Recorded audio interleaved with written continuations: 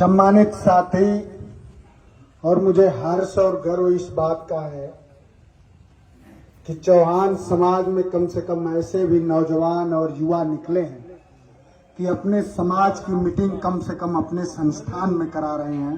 हिंदलाल चौहान जी को भी मैं बहुत बधाई शुभकामना देता हूं। चूंकि आपका एक श्रमशील समाज है, साथी ने बहुत सारी बातें कही और यही चंदौली की धरती है कि देश में 545 सीटों पर चुनाव लड़ने वाली भारतीय जनता पार्टी 2019 के चुनाव में एक भी चौहान समाज को टिकट नहीं दी और मात्र 35 सीटों पर चुनाव लड़ने वाले समाजवादी पार्टी के मुखिया माननीय अखिलेश यादव जी ने कि चौहान समाज का राजनीतिक भागीदारी सुनिश्चित हो, इसके लिए आपको 35 सीट में ही एक सीट आपको देने का काम किया था। और वो ऐसी सीट की आप चुनाव जीत चुके थे, लेकिन ये भारतीय जनता पार्टी के लोगों ने जबरदस्ती बेईमानी कर करके और आपको चुनाव हराया।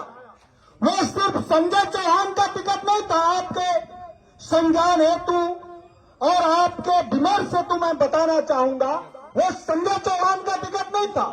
वो किसी भी चौहान का हो सकता है, मनोज चौहान का हो सकता है, हिंदलाल चौहान का हो सकता है, मुसाफिर चौहान का हो सकता है।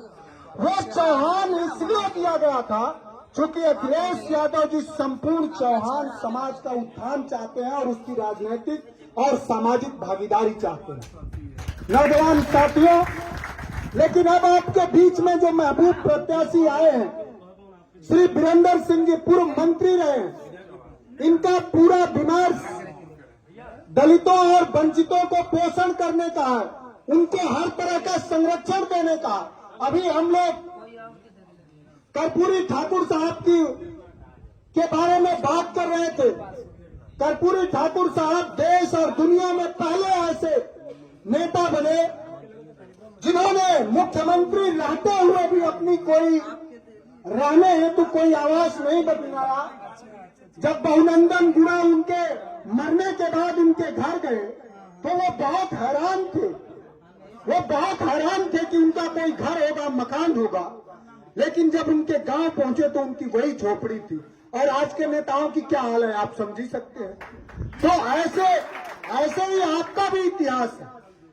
पृथ्वीराज चौहान का इतिहास मामूली इतिहास नहीं है। दुनिया में कहीं भी शब्द वेदी बाण अगर कोई महाराजा और पूरे ब्रह्मांड में अगर किसी ने चलाया तो आपके महाराजा ने चलाया, पृथ्वीराज चौहान साहब ने। कितनी सुधार रही होगी। क्या आपका अर्जुन का जो निशाना था मछली पर, वो भी आपके सामने फीका पड़ जाता है। आप तो सबसे बाढ़ चला देते हैं। तो ये गुण आपके पुरखों में रहा होगा। इसलिए बहुत जरूरी है कि अखिलेश यादव जी का जो विमर्श है, माननीय मंत्री वीरेंद्र सिंह जी का जो विमर्श है, आपको आगे बढ़ाने का भारी से भारी मतों से विजयी बनाइए। और मुझे वीरेंद्र भैया को मैं यूपी कॉलेज में पढ़ता था तब से जानता हूं, इनका हमेशा से व्यवहार समतावादी मानवतावादी रहा है।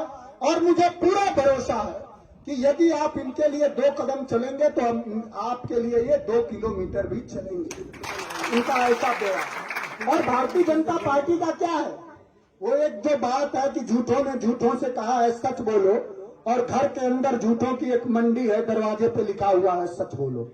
तो ये महा झूठ है। ये एक थोड़ा बहुत झूठ नहीं बोलते हैं, दिन भर झूठ बोलते हैं। प्रधानमंत्री पूरा टीका उका लगा के रुद्राक्ष वगैरह पहन के, उसे मुझे पूरा यकीन है कि उसे 2 लाइन भी संस्कृत नहीं आती है, लेकिन पहन के वो आडंबर दिखाएंगे जैसे यही धर्म के सबसे बड़े नायक। और उनकी पार्टी क्या करती है जानते हैं? जो गौकस्ती करने वाली कंपनी है उनसे 200 करोड़ रुपए का चंदा ले लेती है। ये हाल है भारतीय जनता पार्टी का। तो ये किसी के नहीं है।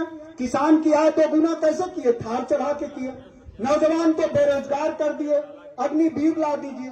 तो समाजवादी पार्टी का विमर्श तो लोगों के घरों में नौनिहालों को लैपटॉप देने का है, सरकारी नौकरी देने का है। आपका आरक्षण खत्म न हो, आपके संख्या के हिसाब से आपकी राजनीतिक, सामाजिक और शासकीय सरकारी नौकरियों में भी भागीदारी सुनिश्चित हो। ये अगर किसी ने सिद्धांत और विचारधारा और पैमाना मानक बनाया है तो वो अखिलेश यादव जी ने बनाया है, समाजवादी पार्टी ने बनाया है। तो मुझे पूरा भरोसा है, एक बार जरा मजबूती से हाथ उठा करके और संकल्प लीजिए कि वीरेंद्र सिंह को भारी से भारी मतों से विजयी बनाना है। वीरेंद्र सिंह जिंदाबाद, जय यादव जिंदाबाद। आप सबका बहुत बहुत धन्यवाद।